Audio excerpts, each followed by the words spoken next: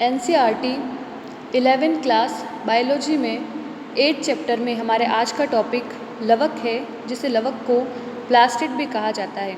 ये लवक कहाँ पाए जाते हैं और इनकी विशेषता क्या होती है, इसका आज हम अध्ययन करेंगे। लवक सभी पादप कोशिकाओं और कुछ प्रोटोजोआ जैसे युग्लिना में मिलते हैं। जितनी भी पादप कोशिकाएं उपस्थित हैं, जितने भी पादप होते हैं, उनके अंदर ये लवक पाए जाते हैं। ये जंतु कोशिका के अंदर लवक जो होते हैं वह उपस्थित नहीं होते हैं। ये आकार में बड़े होने के कारण सूक्ष्मदर्शी से आसानी से दिखाई देते हैं। इनमें विशिष्ट प्रकार के वर्णक मिलने के कारण पौधे भिन्न भिन्न रंग के दिखाई देते हैं। पौधों को जो रंग प्रदान होता है वो इन्हीं लवक की उपस्थिति की वजह से होता है। विभिन्न प्रकार के वर्णकों के आधार पर लवक कई तरह के होते हैं, जैसे हरित लवक, वर्णी लवक और अवर्णी लवक। विभिन्न प्रकार के वर्णकों के आधार पर लवक 3 प्रकार के होते हैं, जिसमें पहला हरित लवक, दूसरा वर्णी लवक और तीसरा अवर्णी लवक होता है। इनके बारे में अध्ययन करते हैं। हरित लवकों में पर्णहरित वर्णक और कैरोटीनॉइड वर्णक मिलते हैं। जो हमारा पहला प्रकार है लवकों में, वो हरित लवक होता है। और हरित लवक में कौन सा वर्णक होता है? जो पर्णहरित होता है, जो कि हरा रंग प्रदान करता है। और कौन से वर्णक होते हैं? तो कैरोटीनॉइड वर्णक उपस्थित होते हैं। ये हरित लवक प्रकाश संश्लेषण के लिए आवश्यक प्रकाशीय ऊर्जा को संचित रखने का कार्य करते हैं। प्रकाश संश्लेषण में ये बहुत ही सहायक होते हैं। वर्णी लवकों में वसा विलेय कैरोटीनॉइड वर्णक जैसे कैरोटीन, जेंथोफिल और अन्य दूसरे मिलते हैं। कैरोटीनॉइड वर्णक के अंदर कौन कौन से कैरोटीनॉइड होते हैं? तो कैरोटीन, जेंथोफिल उपस्थित होता है। ये पादपों को पीले, नारंगी, लाल रंग प्रदान करते हैं। तो ये पहला हरित लवक की विशेषता होती है। हरित लवक और कैरोटीनॉइड की विशेषता। तीसरा जो प्रकार होता है वो अवर्णी लवक होता है। अवर्णी लवक आकृति और आकार के रंगहीन लवक होते हैं, जिनमें खाद्य पदार्थ संचित रहता है। अवर्णी लवक जो होते हैं, इनमें किसी प्रकार का कोई भी रंग उपस्थित नहीं होता है और ये खाद्य संचय का कार्य भी करते हैं, भोजन पदार्थ को संचित करने का कार्य भी करते हैं। इनमें प्रकार होते हैं। अवर्णी लवक का पहला प्रकार है मंड लवक। ऐसा अवर्णी लवक जो कि मंड का संचय करता है, इसी के आधार पर इसका नाम है मंड लवक। ये कार्बोहाइड्रेट को संचित करता है, जैसे उदाहरण के लिए आलू हो जाएगा।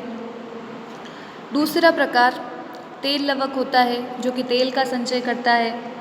और तीसरा प्रोटीन लवक होता है, जो कि प्रोटीन का संचय करता है। ये तीनों ही वर्णक रहित होते हैं, इनमें कोई भी रंग उपस्थित नहीं होता है। हमने आलू में देखा है कि आलू रंगहीन होता है, वो इसी की वजह से होता है क्योंकि उसके अंदर आलू में अवर्णी लवक पाए जाते हैं। तो किसी प्रकार का कोई वर्णक होता ही नहीं है, इसीलिए आलू रंगहीन होता है, आलू का कोई कलर नहीं होता है। हरे पौधों के अधिकतर हरित लवक पत्ती की पर्णमध्योतक कोशिकाओं में पाए जाते हैं। अब हम हरित लवक की संरचना पढ़ते हैं। हरित लवक कहाँ पाए जाते हैं? तो हरित लवक पत्ती की जो पर्णमध्योतक की कोशिकाएं होती हैं, उन पर्णमध्योतक की कोशिकाओं के अंदर हरित लवक पाए जाते हैं। हरित लवक लेंस के आकार के अंडाकार, गोलाकार, चक्रिक और फीते के आकार के हो सकते हैं। ये विभिन्न लंबाई, चौड़ाई के होते हैं। इनकी संख्या भी भिन्न हो सकती है, जैसे प्रत्येक कोशिका में एक क्लेमाइडोमोनास जैसे हरे शैवाल में, या 20 से 40 प्रति कोशिका पर्णमध्योतक कोशिका हो सकती है। हरित लवकों की संख्या प्रत्येक पादप कोशिका में जो कोशिकाएं होती हैं, उन कोशिकाओं में अलग अलग हो सकती है। किसी कोशिका में केवल एक पर्णहरित उपस्थित हो सकता है और कुछ कोशिकाओं के अंदर 20 से 40 प्रति कोशिका के अंदर पर्णहरित लवक भी उपस्थित हो सकते हैं।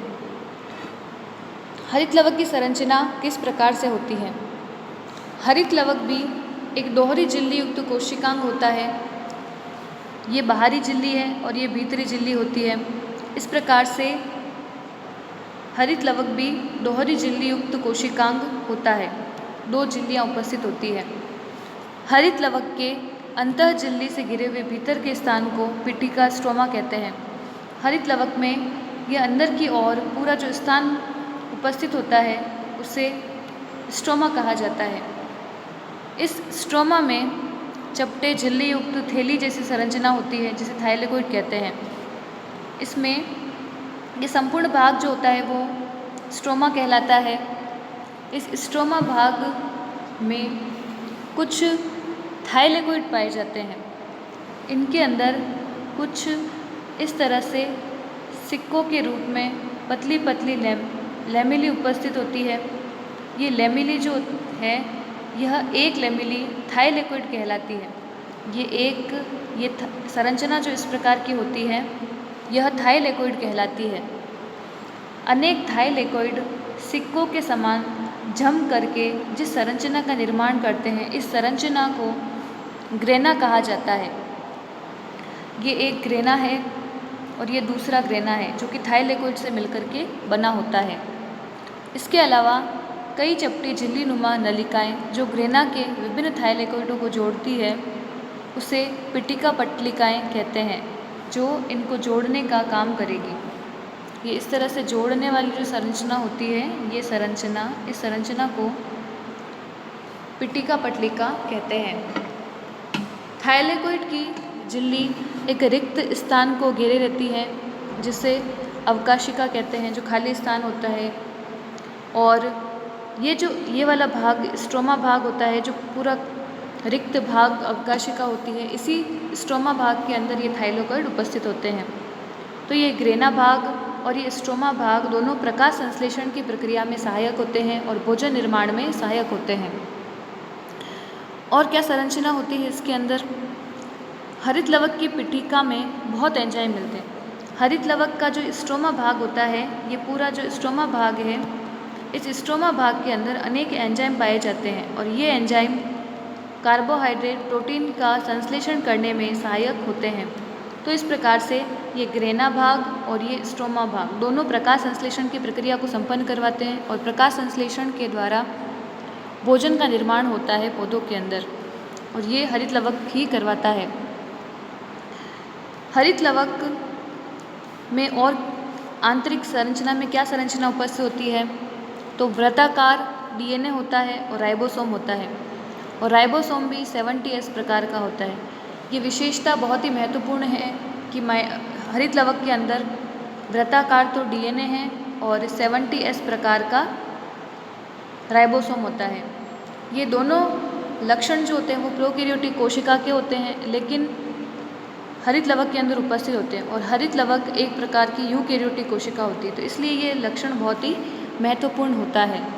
तो इस प्रकार से हरित लवक प्रकाश संश्लेषण के अंदर सहायक होता है जिसमें स्ट्रोमा और ग्रेना दो भाग होते हैं जिसमें प्रकाश संश्लेषण की प्रक्रियाएं संपन्न होती हैं। इसमें थाइलेकोइड उपस्थित होते हैं और ग्रेना उपस्थित होते हैं। तो इस प्रकार से इसकी संरचना होती है।